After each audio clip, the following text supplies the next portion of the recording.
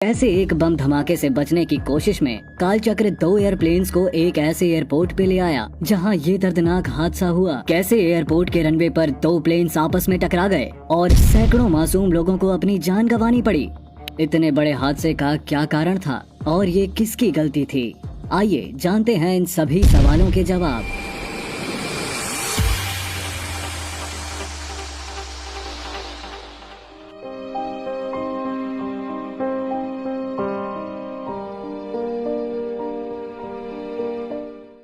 सत्ताईस मार्च 1977 एक आम दिन की तरह Pan Am flight 1736 Los Angeles से उड़ान भरकर कैनरी आइलैंड जा रही थी।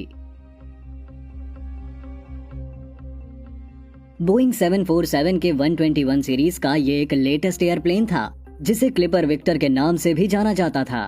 किसी भी एयरलाइन को दिया जाने वाला 747 सीरीज का ये पहला एयरप्लेन था और उस दिन प्लेन में 380 पैसेंजर्स के साथ 16 क्रू मेंबर्स भी सवार थे। उसी वक्त इस फ्लाइट से कुछ ही दूरी पर एक KLM फ्लाइट 4805 भी एम्स्टर्डम से उड़ान भरकर कैनरी आइलैंड जा रही थी। KLM की ये फ्लाइट पैन एम फ्लाइट से आगे चल रही थी। राइन नाम से रजिस्टर्ड ये भी बोइंग 747 सीरीज का एक लेटेस्ट एयरप्लेन था जिसमें 235 पैसेंजर्स के साथ 14 क्रू मेंबर्स भी सवार थे। ये दोनों फ्लाइट्स अभी कैनरी आइलैंड की तरफ बढ़ ही रही थी कि 1:15 बजे के करीब कैनरी आइलैंड के एयरपोर्ट टर्मिनल पर एक ब्लास्ट हुआ जिसमें एक आदमी घायल हो गया और पूरे एयरपोर्ट पर हड़बड़ी मच गई। अभी एयरपोर्ट अथॉरिटी इस सिचुएशन को संभालने की कोशिश कर ही रहे थे, तभी उन्हें चेतावनी मिली कि एयरपोर्ट पर कहीं एक और बॉम्ब लगाया गया है जो कभी भी फट सकता है। एयरपोर्ट अथॉरिटी किसी भी हालत में पैसेंजर्स की जान खतरे में नहीं डालना चाहते थे और इस चेतावनी को मद्देनजर रखते हुए एयरपोर्ट को तुरंत बंद कर दिया गया और ग्रैंड कैनेरिया आने वाली सभी 5 फ्लाइट्स को डाइवर्ट करके लॉस रोडियस एयरपोर्ट जाने को कहा गया। लेकिन अभी भी वो इस बात से अनजान थे कि सबकी जान बचाने के लिए किया गया ये फैसला कितना खतरनाक साबित होने वाला था। लॉस रोडियोस एयरपोर्ट, जहां KLM फ्लाइट और पैन एम फ्लाइट को भी भेजा गया था, वो एक छोटा सा एयरपोर्ट है जहां सिर्फ एक रनवे है और एक बड़ा टैक्सीवे है जिसके साथ जुड़े हुए छोटे छोटे टैक्सीवे हैं। इतने छोटे एयरपोर्ट पर 5 बड़ी फ्लाइट्स को लैंड तो करवा दिया गया, लेकिन एयरपोर्ट पर इतने प्लेन्स के एक साथ रुकने की जगह नहीं थी, जिसकी वजह से इन सभी फ्लाइट्स को टैक्सीवे पर ही खड़ा किया था। टैक्सीवे पर इंतजार करते हुए KLM फ्लाइट के कप्तान ने लॉस रोडियोस एयरपोर्ट की सर्विस टीम से पूछा कि प्लेन में बैठे बैठे सभी पैसेंजर्स काफी बोर हो रहे हैं, इसलिए क्या वो अपने पैसेंजर्स को आराम करने के लिए प्लेन से उतारकर एयरपोर्ट के अंदर भेज सकते हैं। थोड़ा सोचने के बाद एयरपोर्ट सर्विस टीम ने KLM फ्लाइट के पैसेंजर्स को एयरपोर्ट लॉन्ज में आने की अनुमति दे दी। ये देखने के बाद पैन एम फ्लाइट ने भी अपने पैसेंजर्स को प्लेन से उतारकर एयरपोर्ट के अंदर आने की अनुमति मांगी, लेकिन क्योंकि रोडियोस एयरपोर्ट एक छोटा एयरपोर्ट था जहां पर इतने सारे पैसेंजर्स को एक साथ रुकने की सुविधा नहीं थी, इसीलिए सर्विस टीम ने पैन एम फ्लाइट को इजाजत नहीं दी। अभी KLM फ्लाइट के पैसेंजर्स एयरपोर्ट के अंदर जाने की तैयारी कर ही रहे थे कि तभी फ्लाइट को सूचित किया गया कि ग्रैंड कैनेरिया एयरपोर्ट खुल चुका है, जिसे सुनकर सभी खुश हो गए और फ्लाइट कैप्टन लॉस रोडियोस एयरपोर्ट से उड़ने की तैयारी करने लगे। तभी KLM फ्लाइट के कप्तान ने लॉस रोडियोस एयरपोर्ट पर ही प्लेन में फ्यूल भरवाने के बारे में सोचा और एयरपोर्ट के कर्मचारियों को प्लेन में फ्यूल भरने का ऑर्डर दे दिया। ये देखकर पैन एम फ्लाइट, जो KLM फ्लाइट के बिल्कुल पीछे खड़ी थी, उन्होंने KLM के कप्तान से पूछा कि उनके प्लेन में फ्यूल भरने में कितना समय लगेगा। और जब KLM फ्लाइट के कप्तान ने उन्हें बताया लगभग आधा घंटा, तो पैन एम के कप्तान थोड़े निराश हो गए, क्योंकि जब तक KLM फ्लाइट फ्यूल भरवा कर आगे नहीं जाती तब तक पैन एम फ्लाइट भी उड़ान नहीं भर सकती थी। KLM फ्लाइट के फ्यूल भरने में लगने वाले टाइम के कारण इतनी सारी फ्लाइट्स के टेक ऑफ को मैनेज करना रोडियोस एयरपोर्ट टीम के लिए काफी कंफ्यूजिंग हो रहा था। रोडियोस एयरपोर्ट पर अब तेज बारिश होने लगी थी, जिसके कारण कोहरा भी काफी बढ़ गया था। जैसे ही KLM फ्लाइट फ्यूल भरवाकर उड़ान भरने को तैयार हुई, कंट्रोल टावर से उन्हें बैक ट्रैकिंग स्टार्ट करने को कहा और साथ ही साथ कंट्रोल टावर ने पैन एम फ्लाइट को भी KLM फ्लाइट को फॉलो करने के लिए कहा। कंट्रोल टावर ने पैन एम फ्लाइट को हिदायत दी कि वो डायरेक्ट रनवे पर ना जाएं और एग्जिट 3 पर ही वेट करें।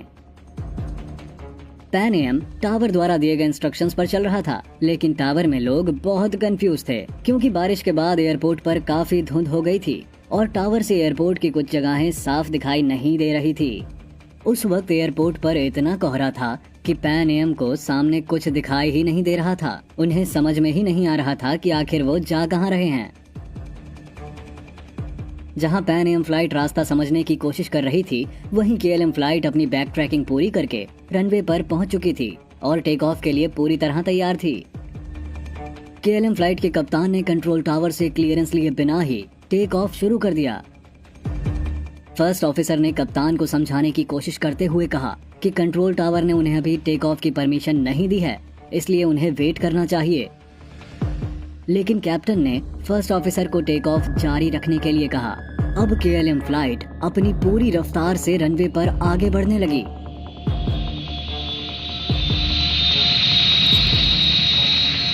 तभी KLM फ्लाइट के कप्तान को कंट्रोल टावर से पता चला कि पैन एम की फ्लाइट भी अभी रनवे पर ही है, जिसे सुनकर वो थोड़े परेशान हो गए क्योंकि बारिश और धुंध के कारण उन्हें भी रनवे पर कुछ नजर नहीं आ रहा था। दूसरी तरफ जहां पैन एम को लग रहा था कि वो सही रास्ते पर चल रहे हैं और इसी गलतफहमी में वो न जाने कब C4 रनवे पर पहुंच गए। धुंध के कारण जहां दोनों ही फ्लाइट्स को रनवे पर कुछ भी नजर नहीं आ रहा, वहीं कंट्रोल टावर भी रनवे पर कुछ नहीं देख पा रहे थे। ये सब इतनी जल्दी में हो रहा था कि किसी को भी सिचुएशन को समझने और खतरे को समझने का मौका नहीं मिला। रनवे पर पूरी स्पीड से दौड़ते हुए KLM फ्लाइट को अभी भी पैन एम की फ्लाइट नजर नहीं आ रही थी। लेकिन तभी पैन एम के कैप्टन को KLM फ्लाइट की लाइट नजर आई। तब तक पैन एम के फर्स्ट ऑफिसर को भी KLM फ्लाइट नजर आ चुकी थी और उसने चिल्लाकर कप्तान से कहा कि जल्दी हटो यहाँ से।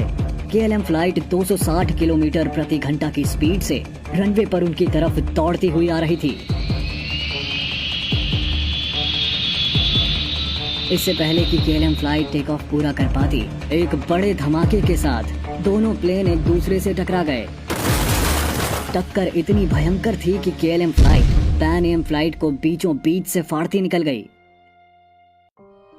इतनी तेज स्पीड और पूरा फ्यूल भरा होने के कारण टक्कर के तुरंत बाद ही दोनों प्लेन्स में आग लग गई। KLM फ्लाइट में क्रू और पैसेंजर्स में से कोई भी नहीं बच सका।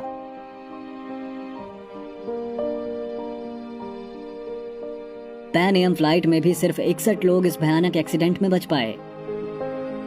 मानव इतिहास के इस सबसे बड़े एयर एक्सीडेंट में उस दिन कुल मिलाकर 583 लोग मारे गए। इस हादसे के बाद टेनेरिफ रोडियोज एयरपोर्ट को 2 दिनों के लिए बंद कर दिया गया।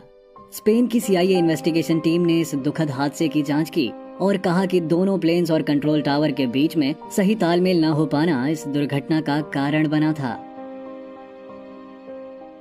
हर बड़ी एयर ट्रैवल दुर्घटना के बाद पूरी दुनिया में उससे सबक लिया जाता है।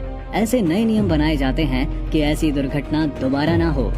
इसी कारण से एयर ट्रैवल आज दुनिया में ट्रैवल करने का सबसे सुरक्षित माध्यम है। कार एक्सीडेंट के मुकाबले एयर एक्सीडेंट में जान जाने की संभावना ना के बराबर है। इसलिए हताश ना हो और खुशी खुशी अपनी हवाई यात्रा का आनंद लें।